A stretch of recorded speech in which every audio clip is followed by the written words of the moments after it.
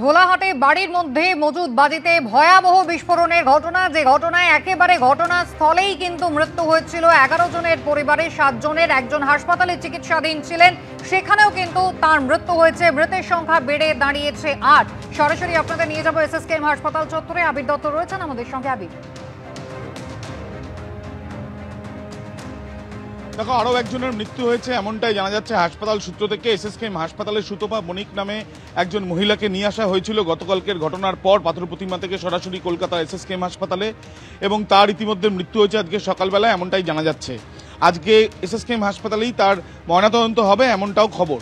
ইতিমধ্যে যেটা আমরা জানতে পারছি যে দুজন ফেরার রয়েছে, এই যেখানে বিস্ফোরণ হয়েছে সেখানে বাজি কারবারি চলতো, এবং সেখানে যে দুজন ফেরার রয়েছে তার মধ্যে তুষার বণিক, তার স্ত্রী এই সুতপা বণিক, তাদের পরিবারের 4 জন সদস্য হাসপাতালে এসছেন।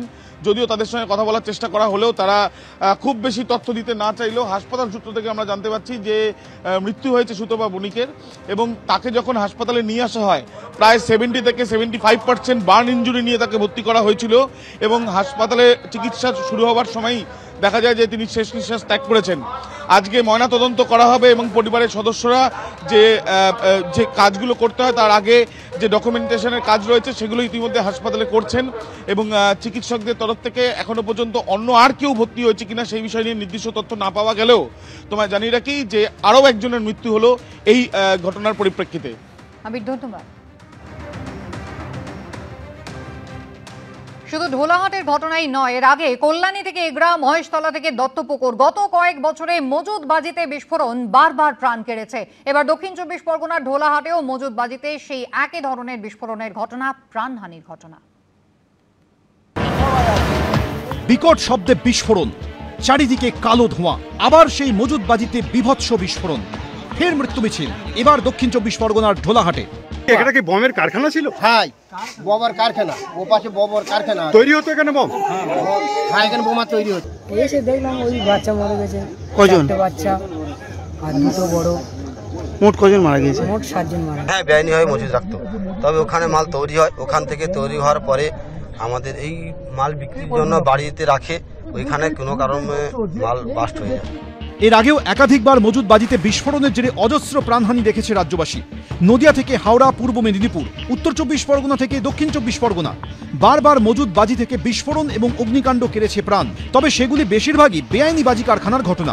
এবছর 7ই ফেব্রুয়ারি কল্যাণীর রথতলায় বেআইনি বাজি কারখানায় বিস্ফোরণে 4 জনের মৃত্যু হয়।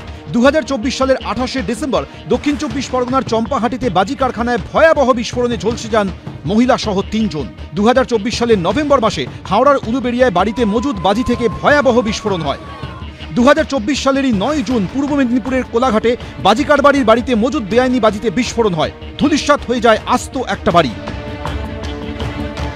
বেআইনি বাজি কারখানার বিস্ফোরণ কাঁপিয়ে দিয়েছিল উত্তর 24 পরগনার দত্তপুকুরকে, মৃত্যু হয়েছিল 9 জনের। দক্ষিণ 24 পরগনার বজবজে বেআইনিভাবে মজুদ বাজিতে বিস্ফোরণে মৃত্যু হয় 3 জনের। 2023 সালের 16ই মে পূর্ব মেদিনীপুরের এগরার খাদিকুলে বেআইনি বাজি কারখানায় ভয়াবহ বিস্ফোরণে ঝলসে গিয়ে মৃত্যু হয় 11 জনের।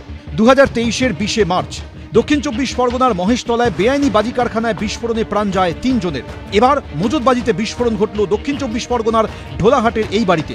কিন্তু এত বড় অগ্নিকাণ্ডের জন্য প্রচুর বাজি মজুদ থাকতে হয়, বাড়িতে এত বাজি মজুদ ছিল কেন?